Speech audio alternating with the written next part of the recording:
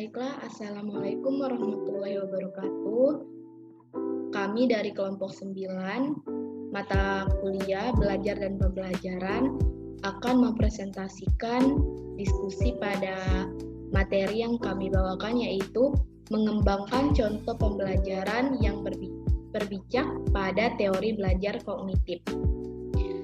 Disusun oleh Okta Apriani dan saya sendiri, Intan Dea Jessica.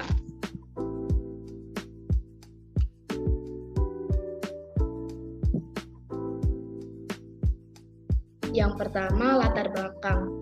Dalam pembelajaran yang berpijak pada teori kognitif, belajar bukan hanya sekedar perubahan perilaku saja yang dapat diukur, melainkan bagaimana pengetahuan tersebut diproses. Dengan kata lain, belajar bukan hanya sekedar keterkaitan antara stimulus dan respon, melainkan apa yang terjadi di dalam pikiran atau mental orang yang belajar tersebut. Selain itu, seseorang dikatakan belajar apabila dalam dirinya atau individu tersebut terjadi proses pengelola informasi dari saat menerima informasi baru, mengelola, menyimpan, dan mengulangi kembali. Menurut pandangan ini, belajar akan baik apabila disesuaikan dengan tingkat perkembangan siswa. Artinya, mengajarkan topik yang sama untuk anak dan orang dewasa akan memiliki cara yang berbeda. Kemudian, penerapan model teori belajar kognitif dalam pembelajaran. Hakikat belajar menurut teori kognitif dijelaskan sebagai suatu aktivitas belajar yang berkaitan dengan penataan informasi, reorganisasi persepsual, dan proses intelektual. Kegiatan pembelajaran yang berpijak pada teori belajar kognitif ini sudah banyak digunakan dalam merumuskan tujuan pembelajaran, mengembangkan strategi dan tujuan pembelajaran. Tidak lagi mekanistik sebagaimana yang dilakukan dalam pendekatan behavioristik.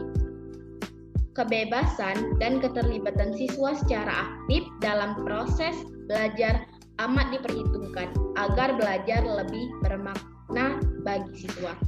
Selanjutnya akan dibacakan oleh saudari Okta. Baiklah, di sini saya Okta Apriani dengan NIM 06031382025058 akan melanjutkan penjelasan dari rekan saya, yang mana di sini saya akan menjelaskan mengenai langkah-langkah pembelajaran menurut Brunner. Jadi, langkah-langkah pembelajaran menurut Brunner ini ada 7. Yang pertama, menentukan tujuan pembelajaran. Yang kedua, melakukan identifikasi karakteristik siswa, di mana di sini berisi kemampuan awal, minat, gaya belajar, dan sebagainya. Yang ketiga ialah memilih materi pelajaran. Yang keempat, menentukan topik-topik yang dapat dipelajari siswa secara induktif, yang mana di sini berisi ialah mengenai dari contoh-contoh ke generalisasi. Lalu yang kelima ialah mengembangkan bahan-bahan belajar yang berupa contoh-contoh, ilustrasi, tugas, dan sebagainya untuk dipelajari siswa. Dan yang keenam, mengatur topik-topik pelajaran dari sederhana ke kompleks, dari konkret ke abstrak, atau dari tahap enaktif, ikonik, sampai ke simbolik. Lalu langkah yang terakhir ialah melakukan penilaian proses dan hasil belajar siswa. Next, yang selanjutnya. Kelebihan teori belajar kognitif. Jadi, teori belajar kognitif ini memiliki kelebihan, yang mana kelebihannya ialah poin pertama, menjadikan siswa lebih kreatif dan mandiri. Poin yang kedua, membantu siswa memahami bahan belajar secara lebih mudah. Poin yang ketiga, sebagian besar dalam kurikulum pendidikan negara Indonesia lebih menekankan pada teori kognitif yang mengutamakan pada pengembangan pengetahuan yang dimiliki pada setiap individu. Dan poin yang keempat, dengan menerapkan teori kognitif ini, maka pendidik dapat memaksimalkan ingatan yang dimiliki oleh peserta didik untuk mengingat semua materi yang telah diberikan.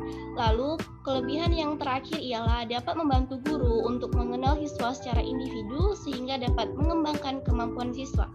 Next. Yang selanjutnya ialah kelemahan teori kognitif. Selain kelebihan, teori kognitif ini juga memiliki kelemahan, yang mana kelemahannya ialah yang pertama, pada dasarnya teori kognitif ini lebih menekankan pada kemampuan ingatan peserta didik, sehingga kelemahan yang terjadi di sini adalah selalu menganggap semua peserta didik itu mempunyai kemampuan daya ingat yang sama dan tidak dibeda-bedakan.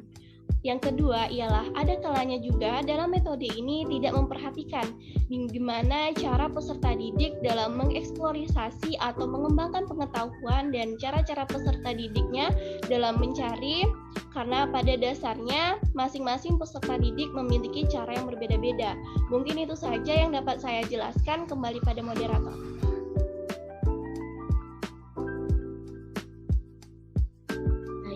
Terima kasih Saudari Okta.